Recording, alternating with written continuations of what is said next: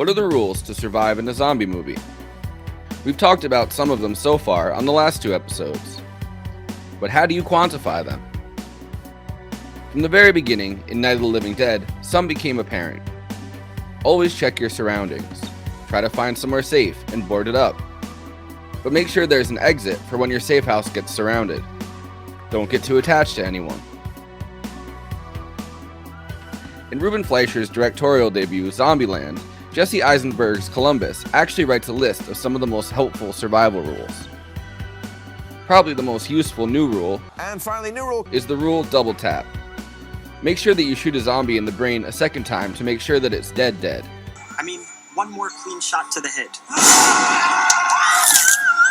And this lady could have avoided becoming a human Happy Meal. Some of them are also just common sense, like wear a seatbelt, beware of bathrooms, and limber up.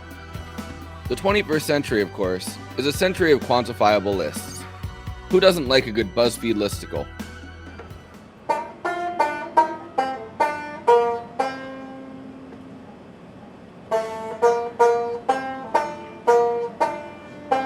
Zombieland paired up an unlikely duo, Jesse Eisenberg and Woody Harrelson. Much like Clu Gallagher in Return of the Living Dead, Woody Harrelson was a star enjoying a second act. Putting him in a movie with Jesse Eisenberg, Emma Stone, and Abigail Breslin of Little Miss Sunshine fame as his zombie survival team definitely highlighted Woody Harrelson's tough guy cowboy charm, as opposed to the millennial neurosis of the other leads. Harrelson took to the film with relish, selecting his own outfit and even getting Bill Murray on board once other stars turned it down. All I do it to blend in. You know, zombies don't mess with other zombies. A buddy of mine, makeup guy, showed me how to do this. Cornstarch, some berries, a little licorice for the ladies. The original choice for Bill Murray, Patrick Swayze, ended up having to drop out as he was battling cancer and passed away a few weeks after the film came out.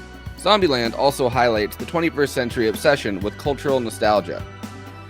Of course, getting Bill Murray to recreate a scene from Ghostbusters is the most heavy-handed example. But also Woody Harrelson's obsession with finding a Twinkie. It was like if he got a taste of that comforting childhood treat, the world would become innocent again and everything would return to normal. The Twinkie quest is embodied by one of the many rules that Columbus comes up with. Enjoy the little things. Ironically, the real Woody Harrelson can't eat Twinkies because he's a vegan. In another cultural touchstone, Zombieland makes the cause of the outbreak, mad cow disease, from a gas and gulp burger. It's been 2 months since Patient Zero took a bite of a contaminated burger at a gas and gulp. Just 2 months and I might be the last non-cannibal freak in the country.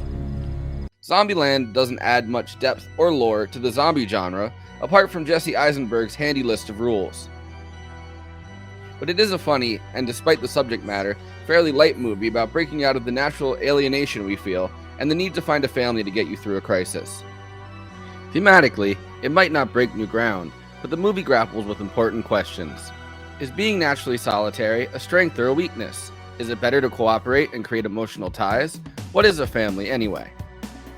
Zombieland is the first zombie movie of the age of Facebook and social media. Best thing about Zealand, no Facebook status updates. Rob Curtis is gearing up for Friday. Who cares? In some ways, I would compare Zombieland, as an entry to this month, to Cabin in the Woods when we did Alien Month.